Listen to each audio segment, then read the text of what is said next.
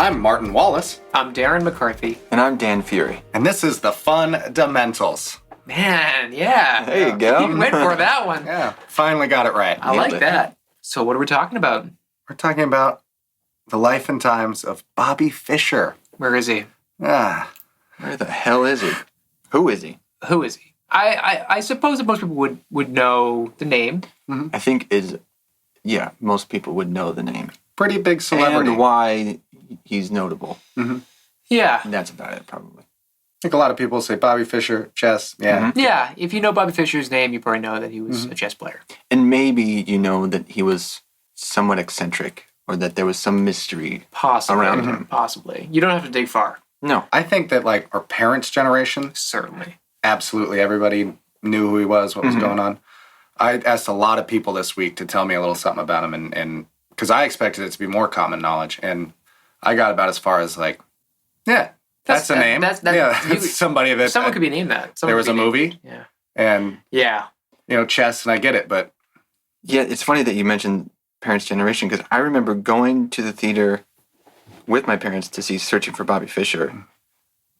But as I remember, it wasn't really about Bobby Fischer. yeah, nothing to do with him. It's more the idea that they're searching for the next Bobby Fischer, the next child chess prodigy. Right. And Bobby Fischer was really mad about that movie because he got no money whatsoever from them using his name. Yeah, Money was a big thing.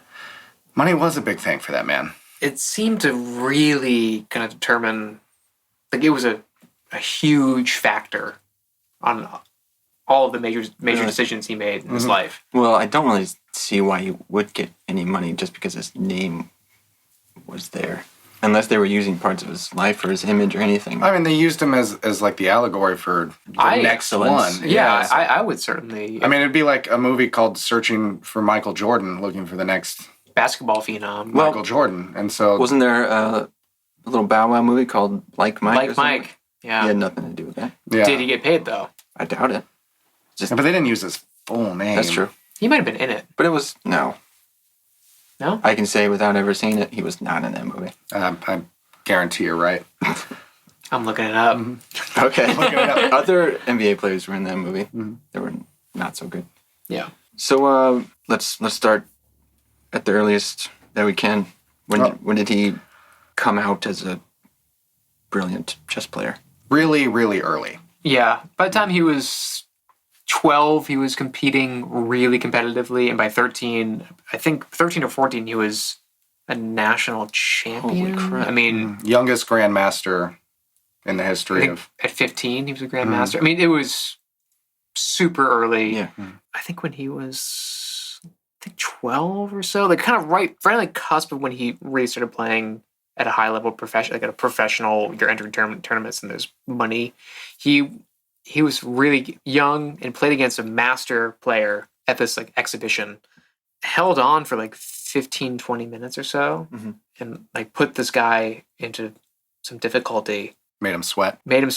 And then it was kind of at that moment where all these people that were watching, I think this was hosted by or associated with like the Manhattan Chess Club, which at the time was, and probably still is now, was like the center of it.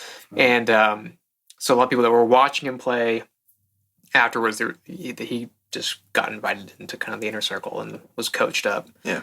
Was he kind of, in other ways, excelling? Was he like just a super smart kid in general? Or was this like... He was really brilliant. His IQ was like 187 or 183. I mean, it was in the 180s. Genius level. Like high genius level. But he did terrible in school. Was he just not challenged? Yeah, he thought it was a waste of time. Yeah. He was a high school dropout. Really? Yeah, at as early as he was 16. Yeah, 10th grade or so. And But he's already a grandmaster at chess, so screw it. he didn't just decide to leave and go, dig hang ditches out or on the, anything. Yeah. hang out on the streets to sell drugs or something. And he self-taught like 7 different languages between 10 and 14, just so that he could read fluently. Yeah, just so that he could read the footnotes of foreign grandmasters' games. That's so he would take these books that just charted every move from these like chess tournaments between grandmasters, and essentially he would memorize. He had this encyclopedic memory of chess games throughout the last the century up till then. I don't know the first thing about how to play chess. Oh, I guess we should start there. I think we should start there. Mm-hmm. Okay. I am not very good at chess. I know how to play. Yeah. My dad taught me how to play when I was like really little, like 5, and just like the basic, what each piece will, what their function is. And I distinctly remember him saying, "The object of chess is not to win; it is to destroy your opponent." And like that's an early lesson. That was one of the first things I ever learned how to do. My mom was a huge chess player, loved it, and I'm not very good now, but I still play on my phone. Cool. I haven't played a person in a long time, but yeah, you don't really need to. Mm-hmm. It's really. It's a great game. It's a great game. It's very frustrating, but it's so good when you win. There's like no doubt to me why it stood the test of time. Yeah. There's a lot of other activities that it's kind of shocking that we still do. That one. Yeah. And they say, I think just mathematically, the amount of combinations that could happen in a chess game, like we haven't seen every single possible variation of chess yet. It's called Shannon's number. Did you look into that at all? No. Yeah, so that's, just to put it in perspective here, the amount of atoms in the entire universe, the theoretical amount of atoms, is roughly 10 to the 80. Shannon's number, which is the amount of possible outcomes of a chess game, is somewhere between 10 to the power of 111 or 10 to the power of 123. Wow. It's enormous. How long do you think it would take if it was a concerted effort for the human race to play that many games of chess? Never. Never, right? It's impossible. How is that? It's a bigger number than not just the amount of grains of sand on the planet, but all the atoms that make up those grains of sand, and then that to everything in the universe. All the matter in the universe. It's an unfathomable number. I'm going to fathom it. I'm going to fathom it. That's Shannon's number. Shannon. Who is Shannon? Claude Shannon. That's crazy. I like that, though. I like it. Yeah. I like it a lot. The arrangement of a deck of cards is something similar, too. Every time you shuffle a deck of cards, it's never happened before, the order that the cards are in. Because it's 52 to the exclamation point, whatever that is. Yeah, it's a bigger number than it would be possible to happen. Huh. That doesn't seem... That. Mm-hmm. Well, I guess there's 32 pieces on a chessboard. Yeah. So I guess that there's more cards, so you're already dealing with a bigger subset of possible outcomes. It's a different mathematical equation to find out between the chess and the cards, because it's just multiplication with a deck of cards. How are people good at these things? You mean not like the games you play with them, but like figuring that out? Well, if you heard that it's like a million chimpanzees and a million typewriters. Oh yeah, give you like Hamlet, or they give you Shakespeare. If given enough time, random, it'll show up. Well, yeah, you kind of think like, well, why couldn't I just beat like a grandmaster just out of sheer luck at some point? Mm-hmm. He's never seen this game. He doesn't know what I'm bringing. Yeah. Well, theoretically, if you played enough games, but still it's skill against random luck. Yeah. So there's nothing you could do. Kind of like he would outwit you. This is a different chess master, but the number one ranked player now, Magnus Carlsen. Have you seen or heard of him? His name is Magnus. Magnus Carlsen. There are a lot of great names. There's so many great names. So many great names. He's great. He's like early 20s. He's been a grandmaster since he was like 4 months old. I mean, his life has been chess. He's so good at it. He's Norwegian. One of my favorite personalities is this other guy, Lars Monsen, who's another Norwegian guy, and he's this explorer and I think backcountry. Like he crosses Canada on foot. And they play chess. They're on like a variety show in Norway because they're both Norwegian celebrities. So they're on this variety show together, and as kind of a joke, they have like, oh, we'll have them play chess, and so with the timer, and I think they give Magnus 20 seconds on his timer, and they give Lars Monsen 5 minutes on his timer. So, it's like basically you have only that amount of time to think about your move, and like you have to hit the clock to like Yeah. switch back and forth. So Lars Monson is playing. I think he's the first move. He's playing white. He plays a move, hits the time, and Magnus Carlsen makes a move and hits the timer before it even goes to 19 on his clock. He does it faster than a Boom. second. Yeah. And Lars Monson's clock is ticking, and it gets down to, I think Magnus Carlsen still has like 14 seconds, and this guy's out of time. Whoa. It's just unreal. He's like looking at the guy watching.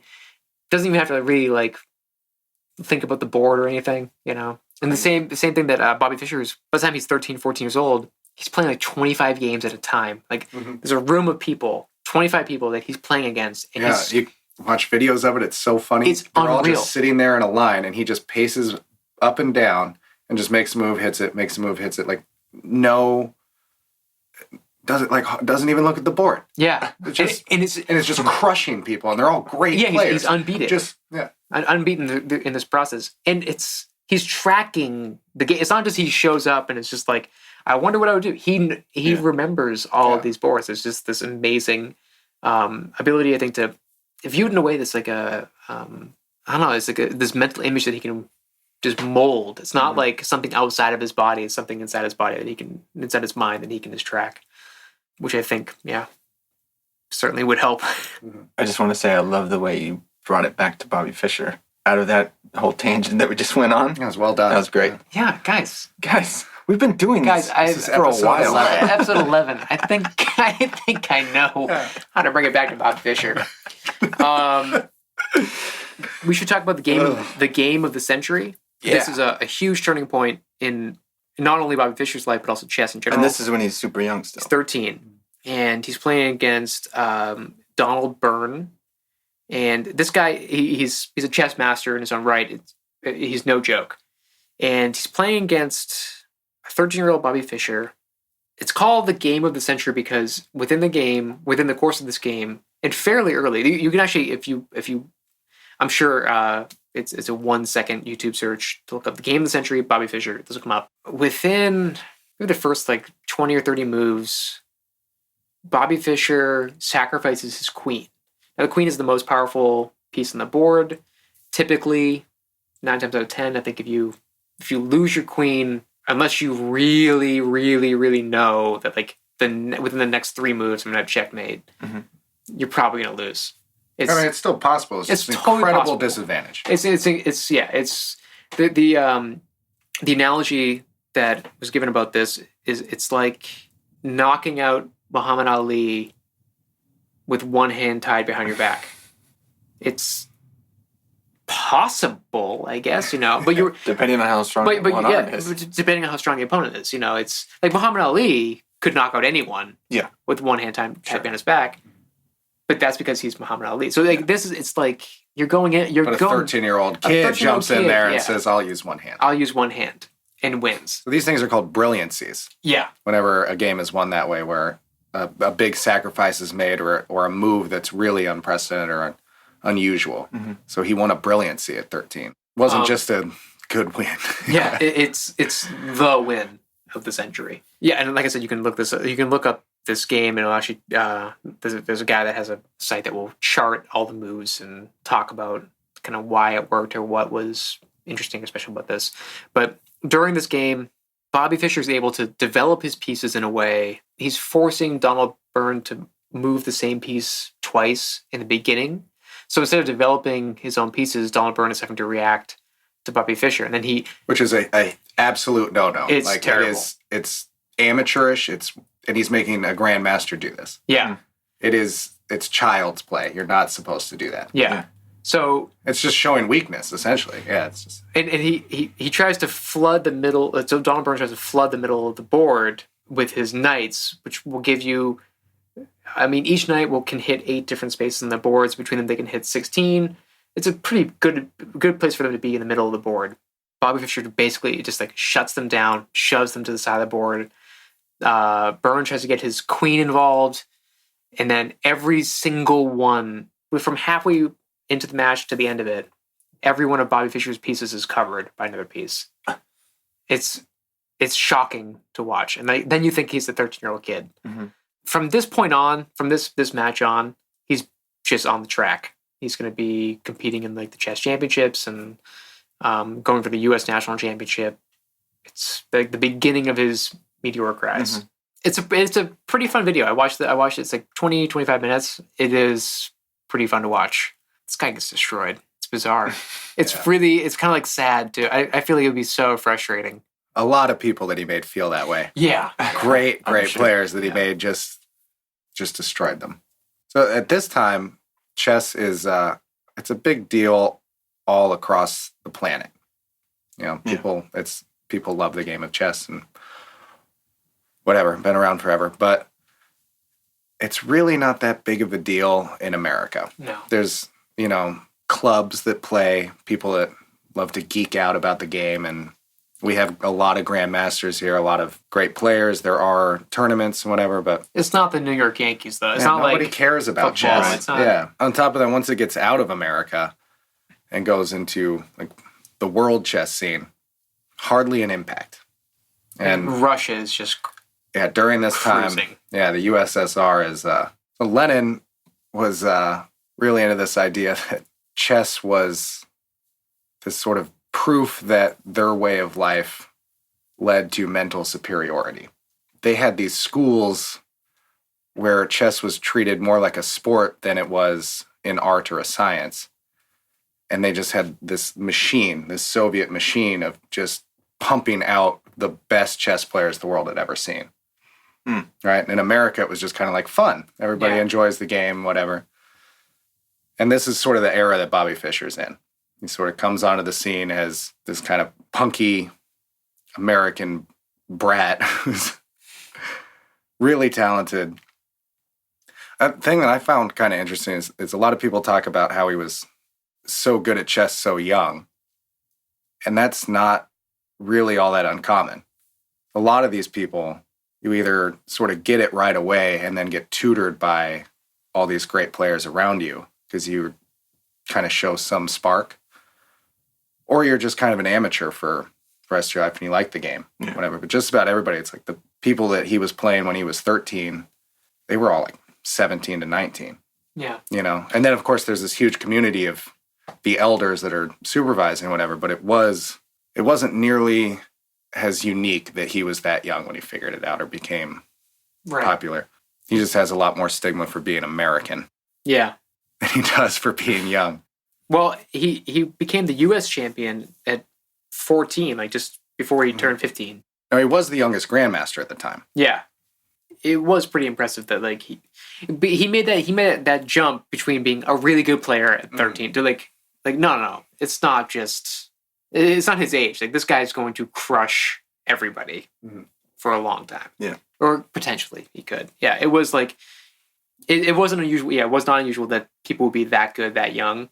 But it's definitely, there is that jump. There's that turning point where it's like, this is not just you happen. A lot of people knew right away that they were dealing with someone special. Yeah. Now the way, I guess, the way that like the World Chess Championship works, it's a 3-year cycle. So at this point, so he becomes a U.S. champion and he's kind of like now on track to compete at the World Chess Championship. Yeah. It's a 3-year cycle, so every 3 years, the previous winner is going to defend. They're kind of automatically invited to defend their title. So within that 3 years, there'll be a series of competitions, like qualifying events. So there are these like interzonal events where it's like regionals. We have regionals. Interzonals. So people compete in that, and then you, based on the results from those interzonals, you'll maybe be kind of invited, I guess. Like there's a tournament of 20 candidates, like the candidate matches.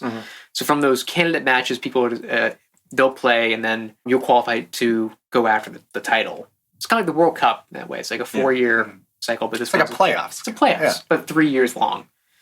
Kind of like, I think, in Fischer's own words, he starts thinking that the title is his before he's won it, and it's like someone else is holding his title. Yeah, he went over to Russia to do the candidates.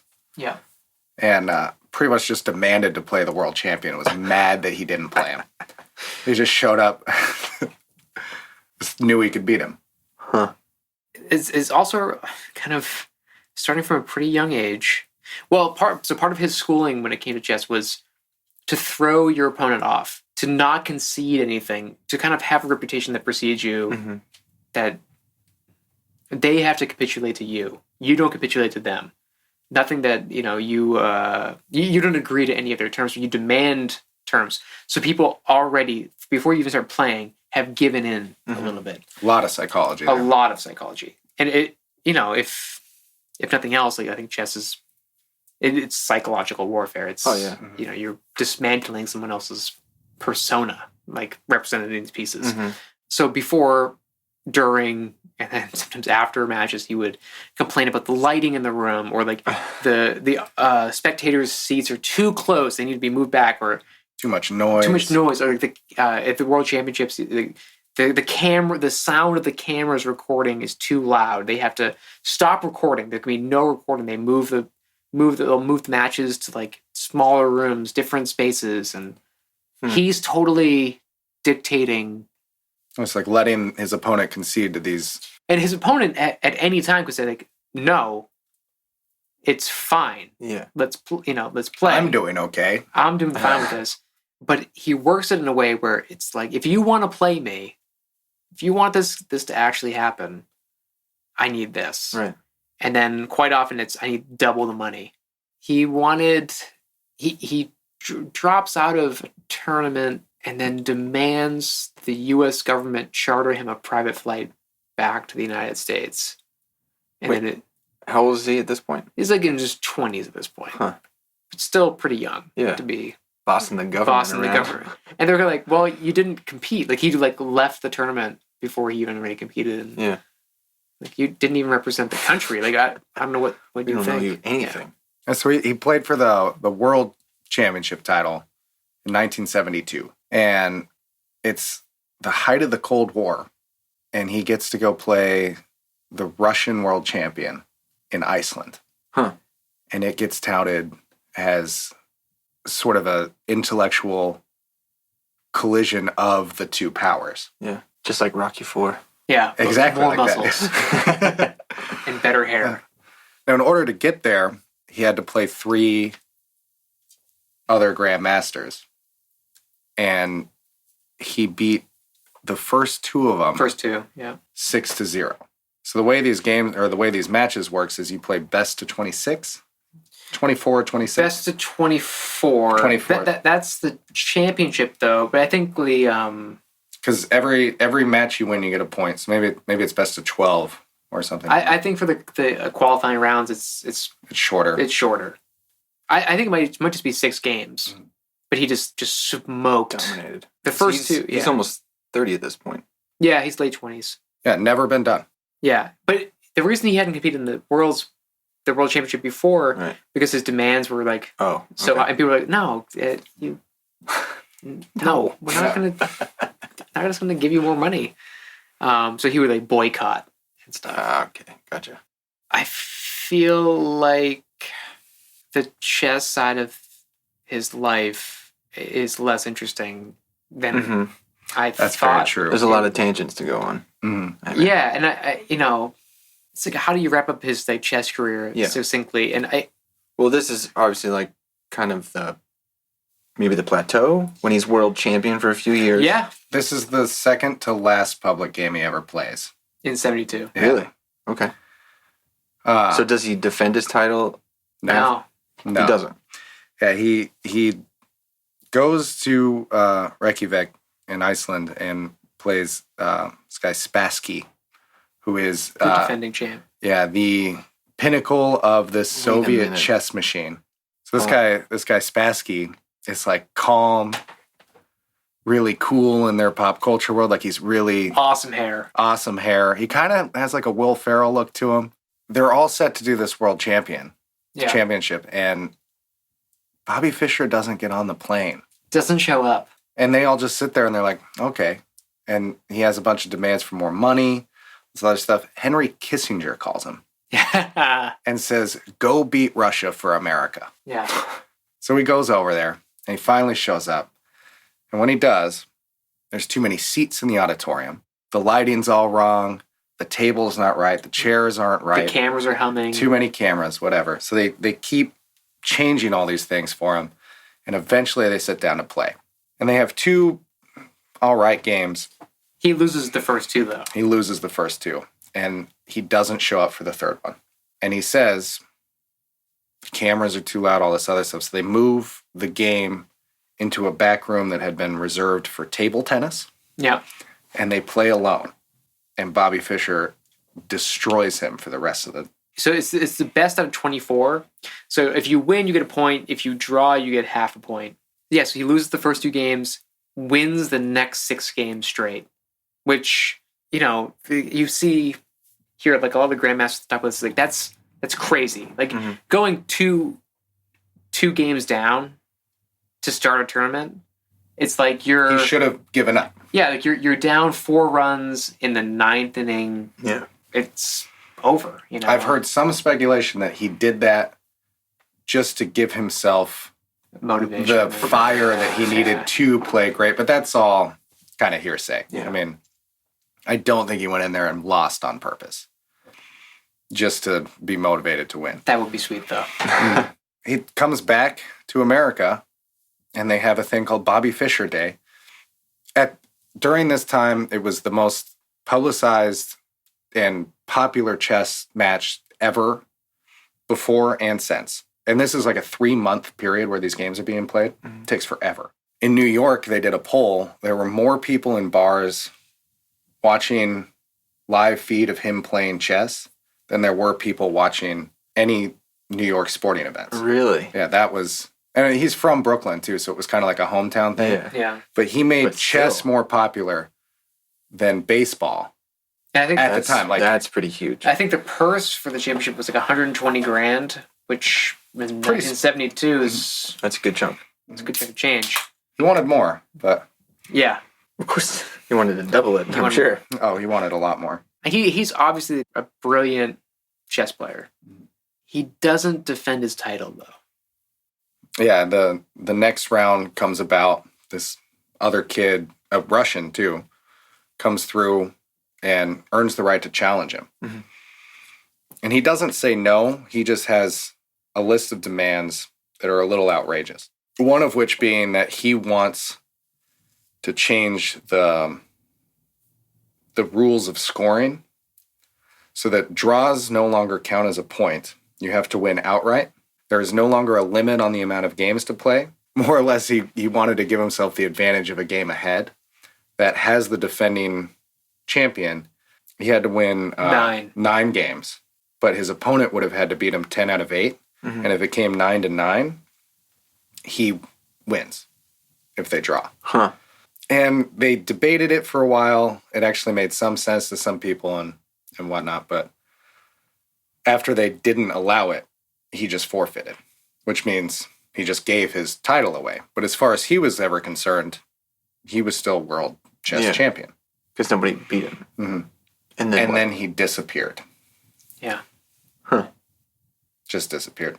Now, it's kind of interesting to me because he was so focused on money.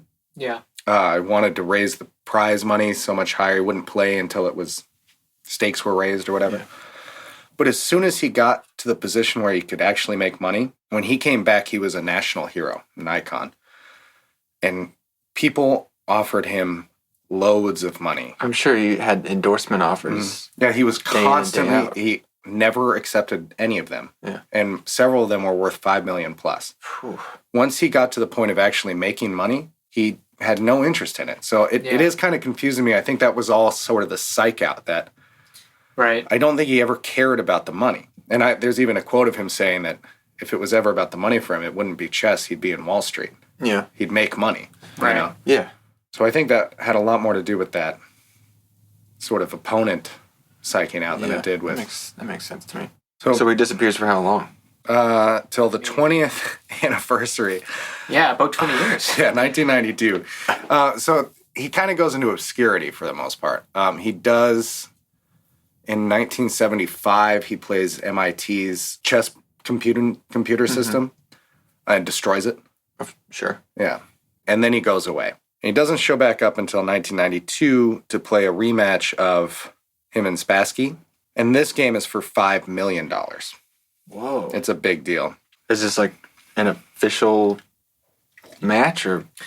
So he called himself world chess champion still, Yeah. but that title had been passed several times Yeah. since, and he's been totally out. But it's held in Yugoslavia during their civil war. And so there's a United States or United Nations Just an sanctions. embargo, yeah. Yeah. Oh. And he doesn't care. Yeah. So he's not allowed to take any money from them. He could have gone there and just played and not taken the prize money, and it wouldn't have been a problem. Mm-hmm. But when he went there to play, they sent him a letter that the participation was illegal. It would violate President Bush's Executive Order 12810 about engaging in economic activities in Yugoslavia. Mm-hmm. And in response to this, during the first press conference in front of international press, Fischer just spat on the order Yeah. and said, "This is my reply." Whoa. Yeah. Went on to crush him. Yeah. Destroyed him in that. 10 games to 5 losses, 15 draws. Mhm. That's pretty good. Yeah. Does he actually get this money? Yeah. He takes his money and runs. And he's never allowed back in America. Yeah. Yeah. Oh, is that right? Yeah. They release a warrant for him. If he was to show back up in America, he would be arrested right away. And that's not nearly as big of a deal as the fact that they would then just take all of his money. Yeah. And then there's taxes that he owes too, so there's all Yeah. kinds of stuff. So does anybody know where he was during this nearly 20-year period? Yeah. He's in the Philippines. Oh, you mean before? Yeah. He was Oh. mostly in Pasadena, California. Yeah. Hanging out at a church. Yeah. So the. And people learned about this after the fact? Or people knew? No, he was pretty. He was pretty quiet. He just wasn't in the public eye. for Yeah, long. so he got arrested because he kind of looked like a bank robber. Right? And he spent 2 days in jail, and it's like a typical Bobby Fischer thing to do is that when the police found him, he didn't tell them who he was Oh. and refused to give them his name. So, of course, they just assumed he was on the run from something, whatever. He spent 2 days in this cell before they released him, and then he released a book that said, I was tortured in a Pasadena jailhouse. Yeah. And it's just... And he signs it Bobby Fischer World Chess Champion. Like Yeah, it's just all about how he was choked, stripped, left in the cell to shiver in the cold, was beaten, all this stuff. And it's kind of the beginnings of really seeing the end of his sanity. Mm-hmm. Because he'd been a brilliant, brilliant kid the entire time he was in the public spotlight. He was a little shy, maybe. He was a little, antisocial. But he was so good at what he did that nobody really thought too much about it. But this is kind of the beginning of madness. Okay. But that's still a little hindsighty. So he goes and plays this rematch and then is on the run through... yeah, he basically He has no home. He can't go... there's essentially a warrant for his arrest from the United States. Like he's a criminal. He ends up in Hungary. He's there for about 8 years and Lived in the Philippines for a while. Philippines for a couple years.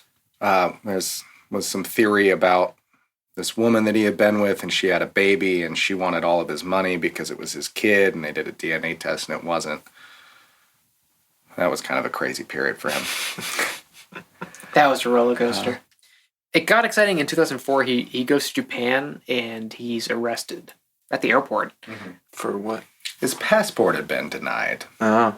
So the U.S. government revoked his passport, and which kind of makes sense. He hasn't been super kind to the U.S. government in the media, and He's talking shit. oh yeah, On September 11th, Really? before the towers had even fallen, right when it had happened, he called a radio station in the Philippines and went off about how glad he was that it happened. How what comes around, or what goes around comes around, Yeah. what comes around goes around. Whatever. Either way. Yeah, it's all it's kind of circular. Whatever. He said, even to the United States, you can't wait for America to fall.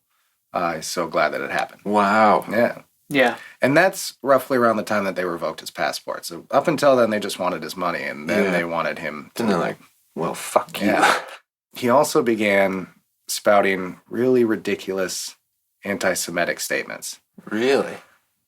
And both of those are really funny because he was an American who, during the Cold War, fought like this intellectual side against communism and was very open about the fact that he hated communism. He went to the candidates match and was quoted as saying that he wanted to teach the Russians a lesson. He just hated them.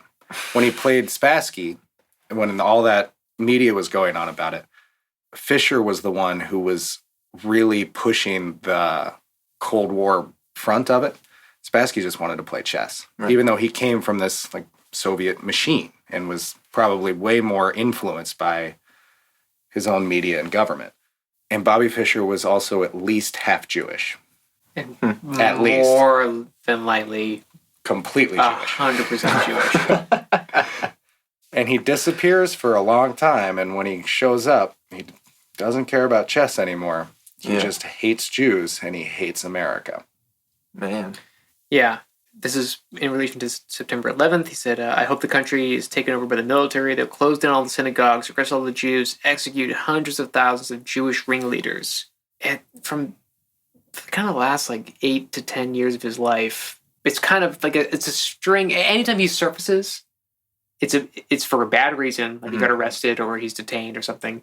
And then his response, his reaction is, this is the Jews. It's the Jews and the Russians were out to get him. Out to get him. Really? Mm-hmm. Russians for a long time, and then just the Jews. Yeah. Huh. When he's detained in Japan because his passport's revoked, a really interesting thing happens. So is he like in jail? He's in for a while? He's in jail. Yeah, he's not like a sentence here in prison, but he's in a holding cell. Right. Because it's really America's problem, and his whole issue is Japan has no idea what to do with him.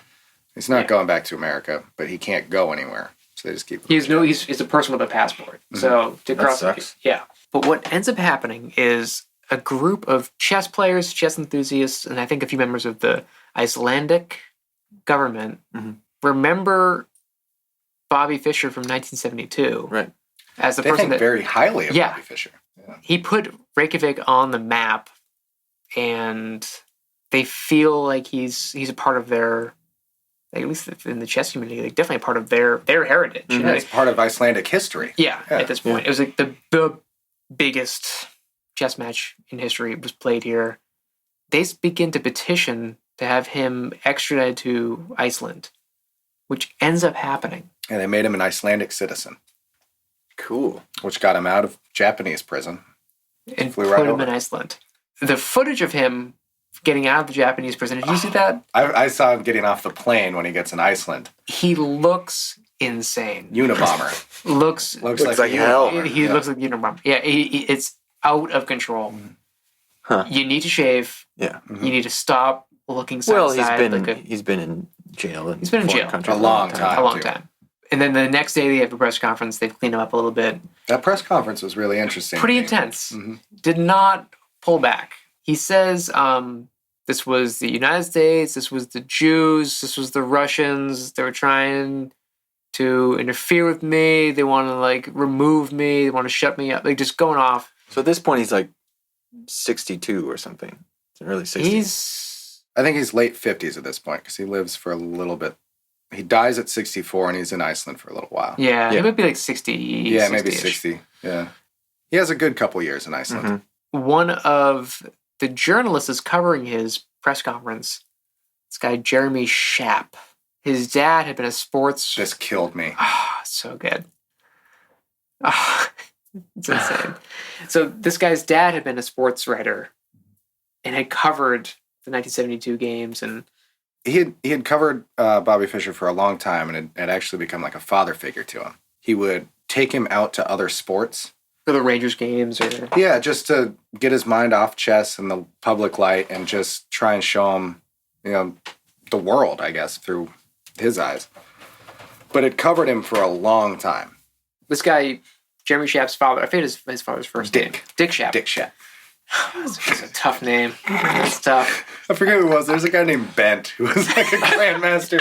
Bent something, but yeah, some grandmaster that Is his Bobby first name? destroyed. Bent. Yeah, It's Bent. such a good first name. probably Danish. Yeah, Something. bent. Bent. So this guy's dad is a reporter, but then does end up kind of befriending Bobby Fischer and kind of taking him under his wing, and but later went on to talk about Bobby Fischer's mental state and kind of stuff like he's losing his grip on reality. Yeah, he had a quote saying, "There's not a sane bone left in his body." And this is this Dick journalist's Shep. father. Yeah, and then Jeremy Shep is there when he does the Icelandic press conference. Okay. And Bobby Fischer only goes off about Jews, America. It sucks. So now Jeremy Shep asks him a question, and Bobby Fischer recognizes him. Says, "What's your name?" Mm-hmm. And the guy says, and he's Jeremy Shep. Your dad was Dick Shep. I guess, as he was. And then Bobby Fischer said, "This man's father said this about me, said this, he befriended me," and kind of... He said, like a typical Jewish snake. Yeah. So then Jeremy Shep... Now, this is like all the cameras are now, Yeah. who do we, go looking at to? here? And Jeremy Shep says, "Well, I don't think you've said anything here to prove my father wrong." Yeah. And then left him speechless, and he just turns around and walks out. It's amazing. It's unreal. Now, is this the last public appearance that he has? Yeah, pretty much. I have this on video right now. You want to see it? Let's see it. Yes, I do. Finally, I decided there were no more questions to ask, that I would never know why Fischer had become what he'd become. But Fischer still had questions for me. I'd like to get back to this guy. What's your first name? Jeremy Shep. Jeremy, yes. I hate to, rap people personally, but his father, many, many years ago, befriended me. Took me out to see, I don't remember what. Knicks games. Knicks games. And You were 12. acted kind of like a father figure. And then later, like a typical Jewish snake, he had the most vicious things to say about me. I have to object, Bob. Okay. Did you read what he said about me in that article? I heard things that he said about Did you read the article where he said I don't have a sane bone in my body? Honestly, I'm not sure if I read it, but I know that he said it. Yeah. And honestly, I don't know that you've done much here today, really, to disprove anything he said. That's just an amazing moment. Yeah. That's an incredible You can see it on his moment. face. Yeah. Correct. You are correct, sir. Correct. If you are that intelligent, just hyper intelligent, you have this extreme ability that people praise you for years and years. How do you stay sane? How do you keep... A lot of the problem here, too, is it's more than likely a form of Asperger's. Is what happened to him. At 6, he had decided immediately at first game of chess that chess was all he wanted to do. Yeah. And he was really brilliant, and he could learn languages really fast. He read a lot. He had a really hard time with anything real that wasn't chess. So you can imagine that. It's just really bizarre to me how he was that against Jews and the culture, and how he believed that they were in control of everything, and that was really the problem. Mm-hmm. They needed to be eradicated. And he was one.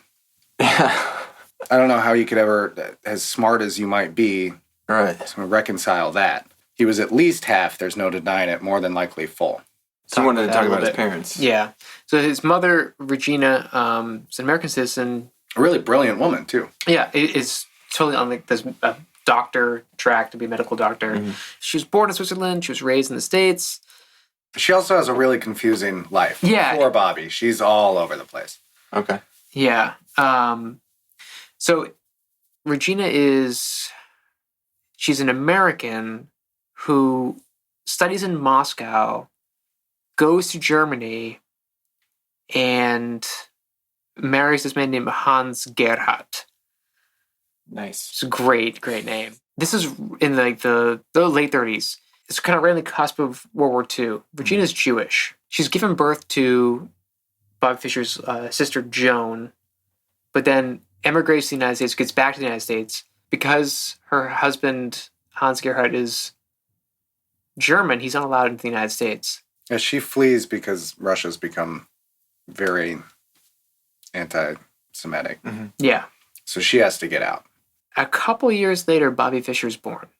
And his father, who's listed as his father, has been in Germany. So the So guy, Hans is listed as his yeah. Or Regina claims that's her husband is Right. Bobby Fischer's father. She later tells a social worker that, like, no, he's not the father of Bobby.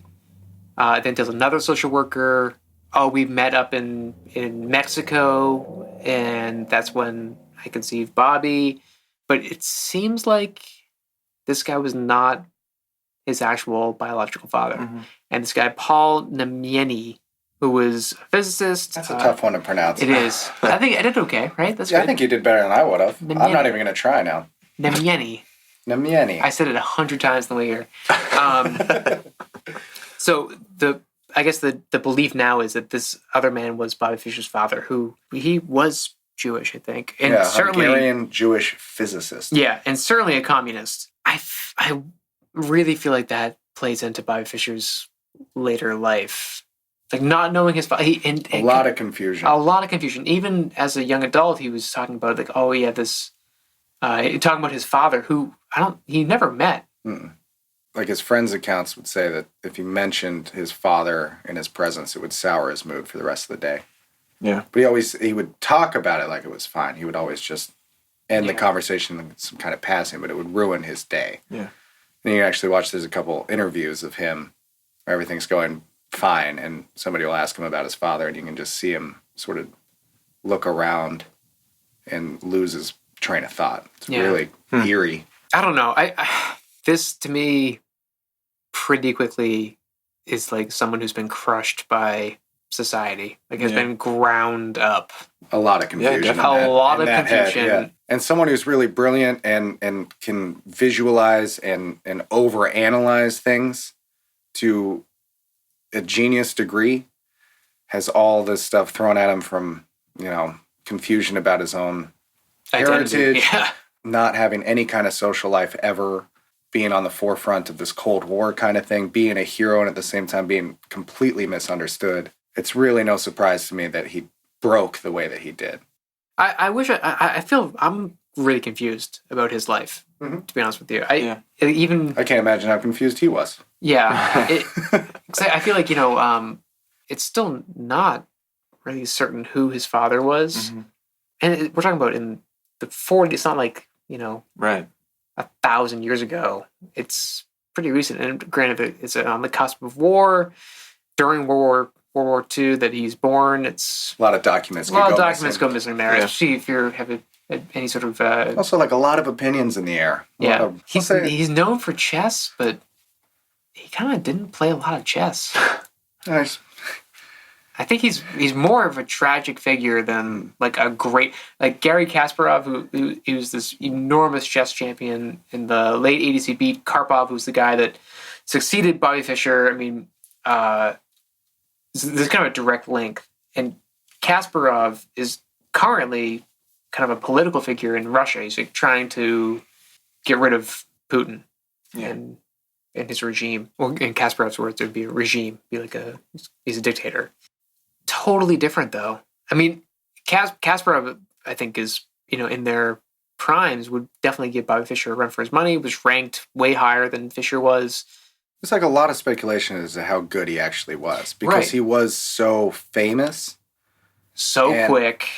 Yeah, I've seen a lot of, like, the real tragedy is that he didn't get to give the world more games, which I don't think is true at all. I think the real tragedy is how he turned out. Yeah, I think that's the thing. His chess career, it's sad that he never defended his title because they say it's much harder to defend the title than it is to win the title. Because the person who's going to win the title is taking it from you. They're hungry for it. You need to defend it. You need to hold on. But the things that get you to the top aren't the same things that keep you at the top. Yeah, you see a lot like boxers. I mean, it's. Age wears you down a lot. Age wears you down, and you're also talking about like a physical sport, not a mental one. So who knows? Yeah. But at this level of chess, this mental sport, you have to concentrate at a level that's, I mean, beyond what But he did beat the same guy twice. 20 years ago. Yeah. I mean, 20 years later. 20 years later. It's true. But he didn't beat And also he 20 didn't years beat the ago. new world champion, though. Yeah. Yeah, That's the true. thing. So now you're just, well, you know that he was still better the whole time, Yeah. or maybe it played Yeah. more or whatever, but he didn't go in and beat the new hot shot. If he played Karpov, and because Karpov was number one, I think for like 10 years or so. Oh, wow. Well, that's the other thing too, is Bobby Fischer sort of exited right on the cusp of when computers sort of came onto the Right. scene. So like the new studying Training, was significantly improved. It was a lot faster. There's a lot more games you could play at a time, a lot more things to study. Yeah, so in a year, using computers as a training aid, you could basically play like 10 times the amount of games. It's just it's like poker today. Yeah, and that's one of like the criticisms of that 20th anniversary rematch between them. So they were both still playing great chess. There's no doubt, but genius level, hardly. I mean, grandmaster level for sure. They're playing the chess of 20 years before. Exactly. Yeah. They still had the same openings, the same whatever, and so the speculation was that they would just get crushed. Yeah. You know, and of course you'll never actually know. It was really hard for me to kind of separate the Bobby Fischer before he had his breakdown Yeah. and who he was It really does maybe like seem the last 20 years before very he died, different because people. listening to him talk at the end of his life, I had no sympathy for him. Yeah. None. I hated everything that came out of his mouth. He was Yeah. just a terrible, hateful, vengeful person. But then you watch him in his early teens and his up to his like 20s, and he's this charismatic underdog who's so excited to be there and to prove the worth of himself, and seems awesome. Yeah. It's just, I can see exactly how something like that could have happened. Yeah. And it's really hard to differentiate the sympathy that I feel for two different periods in one person's life. Yeah, for sure. That was really tough. Yeah, I kind of So I feel like still feel bad for him. I feel you know? bad for him. I feel like Ultimately, Yeah. I feel like he was crushed under the weight of his own kind of achievements and his own intellect. Never had any kind of normal life Couldn't, whatsoever. You know, from a very young age, he decided that he was going to be the best chess player in history, and anything else out of that was a distraction. So socializing or getting to know other people, was impossible because it would interfere with his goal of being the number one. But I also think without chess, would he have been able to associate or socialize with people? I don't know. I think he was always just like that anyway. He was always destined to be. So, by the end of his life, you watch that footage of him at the end of his life, and it's like, this is just the crazy guy on the street corner. Yeah, the ramblings of an insane person. If you saw that guy out in public, there's no way you would think, that's Right. Bobby Fischer, the greatest chess player of all time. There's no way. The thing that truly infuriates me about his line of thinking, too, is not necessarily his opinion, but the fact that any opportunity to talk was simply on that subject. So my feeling is, even if he stumbled into something that was right, no matter what that conspiracy theory was, he has no sort of way of getting people to understand it other than kicking and screaming at nothing. Mm-hmm. And that's really what just irks me about it, is that he was rescued from Iceland from a terrible situation. Instead of thanking them or having any care for being free, he just wanted to let them know that it's the Jews that put him in this terrible situation and they need to be stopped. Yeah. You know, it was like, no, That's terrible. there's nothing else is happening in his head. You know, the same way that when he was playing chess, that's all there was. The final years of his life, he stayed out of the public eye in Iceland, which I don't know. They just kind of let him go in peace. Yeah, You know, I think that's it's- kind of a good, merciful thing. I don't know. Some of the stuff he says is just inexcusable and like unforgivable. But you're also, I mean, At least he didn't harm anybody. he didn't Ultimately, harm. like even if he felt like that was the right way to do it, he still never went out and did anything. I don't know. It's really a stupid thing to even try to defend. I still just feel bad for how that can happen to somebody. You can watch it happen. Exactly. Yeah. You know? Because that's the thing is it doesn't seem like it was like a lifelong. No. Well, that's what's so fascinating. Is for a long time he's on the other side. Yeah, he didn't come up in a. He brought the flag to them and said, we're here to show you you're wrong. Yeah. It's really, I don't know. It was kind of a really confusing thing. I really don't know what to think about him as a person. I have to separate the two. Yeah, it's And two you different can even parts of see- his It life. seems like there's a pretty lot clear of distinction. foreshadowing, early in his life that he's a little bit outside the loop. Yeah. Not just in his And genius that's the or thing his ability to play chess, but he just Right. his thought pattern, his ability to make everything an extreme. Yeah. Him dictating the terms of matches. Mm-hmm.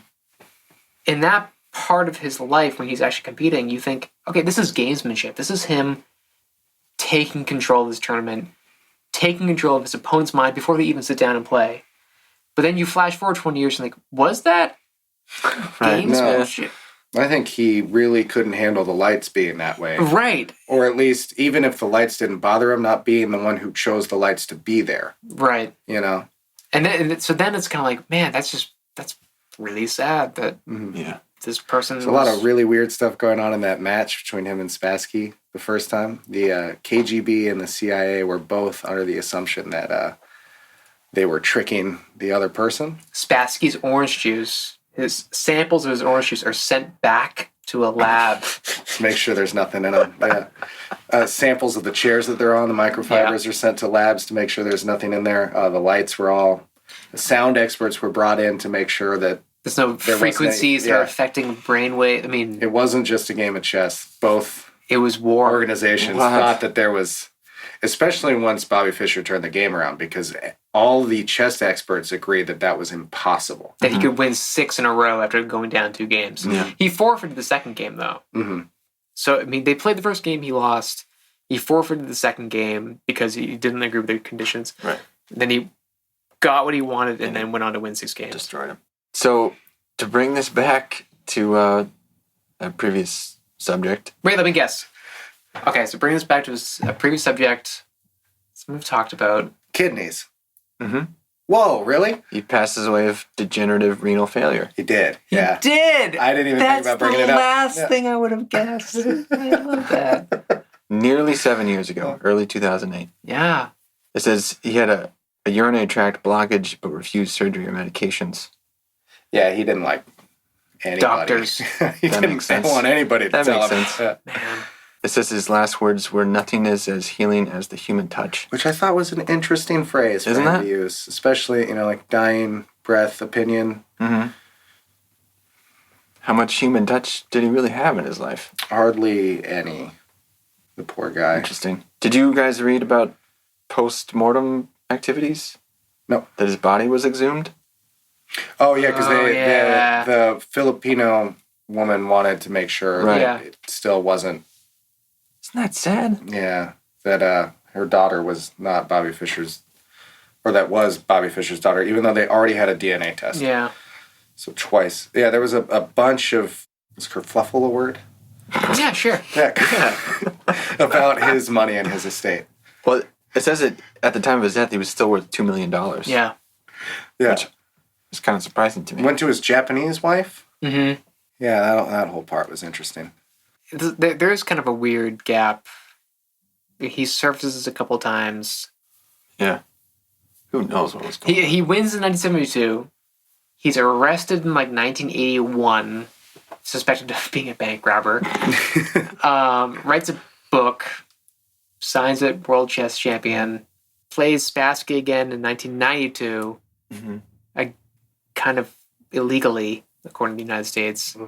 Gets $3.5 million, goes on the run, goes to Hungary, doesn't surface, goes to the Philippines, doesn't surface, goes to Japan, gets arrested because his passport's been revoked, has married a Japanese woman, I guess. I mean, it's like not even. So yeah, he doesn't get detained until he tries to leave. So whatever happened to him in Yeah, I Japan see. is Yeah. Okay. pretty quiet. Yeah, it's on the way out. Like nothing at all about his life in Japan. Just He got tried married. to get out of there. apparently. Wasn't bringing her with him though. Yeah, it's weird. Mm-hmm. No strange. I don't know where he was trying to go either. No. And then goes to Anywhere Iceland and else. dies. And so basically, You know, of all places, I could die in Iceland. I'd prefer to die in Iceland. Yeah. He spent most of his time in a bookshop, and he went to like the same cafe every day. He was just really quiet. Yeah. It's all tragic to me. It is really tragic. There's a lot of tragedy. Did you read about Fischer Random? No. Or 920 chess, I think is what it's called. Yeah, Some Fischer. kind of Chess alternative? 960 is what it's called. Towards the end of his life, I guess towards the end of his chess career, he had gotten really against the way that chess has been played competitively, because in his mind, and he's fairly right, I feel like in this, chess is really just the memorization of openings and endings. Yeah. There is a whole lot of wit going on in between people and the randomization of that, but it has a whole lot to do with how you open. And so he believed that chess could be played entirely by wit and creativity if you just randomize the setup at the beginning. So he created a game of chess called Fischer Random, which is all the pawns are still in the same place, but all the 8 pieces behind That's are randomized. crazy. So that way you would never, you would never know what your first move could possibly be. Right. That is out of control crazy. Yeah. And there's 960 variations to that. So it's called Chess 960. Next level chess. As a very occasional chess player, is terrifying. Yeah, that way you could never have a preemptive move. You would have to just I imagine a lot of people have. have to start moving. I imagine a lot of people have the move that they do at the beginning. Like, Oh, yeah. Well, that King or Start this queen game. pawn is going yeah. first. What happens is as an amateur chess player, once you know what all the moves are, you sit down and you start just moving them. If you get into chess theory at all, it is entirely based on openings, and you start memorizing them. So I think he's very right in that, especially as someone who came from a culture of knowing almost exclusively that. I mean, to become as good of a chess player as he was, he just memorized books and games. He had like 1,000 books memorized. I mean, And they all have super funny names. All these openings, Yeah. all these tactics, chess tactics are hilarious. like the Queen's Gambit. Yeah, yeah. There's not a move you could make as your first move, not even knowing how to play chess, that doesn't have a name. That isn't. Right. Yeah. So you could do it to Bobby Fischer, and he would just immediately know all of the defenses to shut you down, even though you didn't know what you were doing. Yeah. He knows what you're not going to be doing Right. Yeah. before you know what you're not going to be doing. He says, "Here's every possible thing you could do with that." No. No. I don't think so. Yeah. I think it's pretty cool. As far as like a competitive best at chess thing, I don't think it's really up that high. I think he has a point. It's something I wouldn't mind playing though. I think that's Fischer pretty cool. Random seems fun. That to me is it's kind of like it's like Michael Jordan and Kobe Bryant playing 1-on-1, you know, and who cares about your titles or your individual stats? You think you're the best? Yeah. Prove it. You know, you don't. Here's a ball. Here's a ball. Here's Go a ball. play. Go do it. Yeah. Yeah, Well, anything that we didn't touch on? You want to? so much. Yeah. Really? I don't. always. This is a A whole lot that we just had to like gloss over to get to the next thing. Sure. You know, there his was chess career. You could talk about each and every game. Yeah. For a while. Big I don't think stuff. it's that important to me. The games he played as a 12-year-old. Yeah. yeah. What's most important to me that he won the World Chess Championship, beat this guy in outstanding fashion. Yeah. But it is amazing that he was that incredible at such a young age. Yeah. I think if you're interested in the chess game, you could study his games forever. And if you're interested in his life, there's definitely more stuff that we could get into about how he became the way that he was. You could definitely dig deeper into where he was during that 20 years before and the last period of his life and whatever. But I don't think there's anything really so necessary that we need to go back and hit again. It's a chess lesson and a psychology lesson. Yeah, for sure. Yeah, there's plenty more if you want to get into it as, the listener. So I think even as I don't know, I think he inhabits this really great combination of those two things, like a high level intellect and a broken down figure. That is really intriguing because there are certainly like other genius level chess players that we could talk about. Sure. And there's definitely some people that have just kind of veered off their mental path somewhere, or they have been derailed in some way and are really tragic figures. I think we've talked about some tragic figures on this podcast. We sure have. You know, We sure have. But rest in peace, Bobby F. Yeah. Yeah, R.I.P. It was so tough, differentiated between the anger. I kinda- and the yeah. opposed Even opinions not and- doing the research, just listening to this, I feel the same way. You can't really listen to someone say, like, this is the Jews. Yeah. Mhm. The Jewish snake. He said some, like, just some, I mean, It's tough. It's really tough to swallow. kind of crappy stuff about people that are in his family. Like, Yeah. I don't know. I Not cool, man. don't have time for that. It's not very nice. And unfounded. I don't like his life, like the problems in his life. I feel like he kind of creates quite a bit of It it. seemed to me like he created every single one of them. Yeah. He was always looking for a fight. Yeah. Which is great as a chess player, but it's terrible as a person. Yeah. Mhm.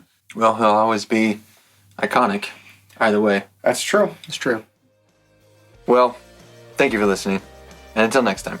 I'm Martin Wallace. I'm Darren McCarthy. And I'm Dan Fury.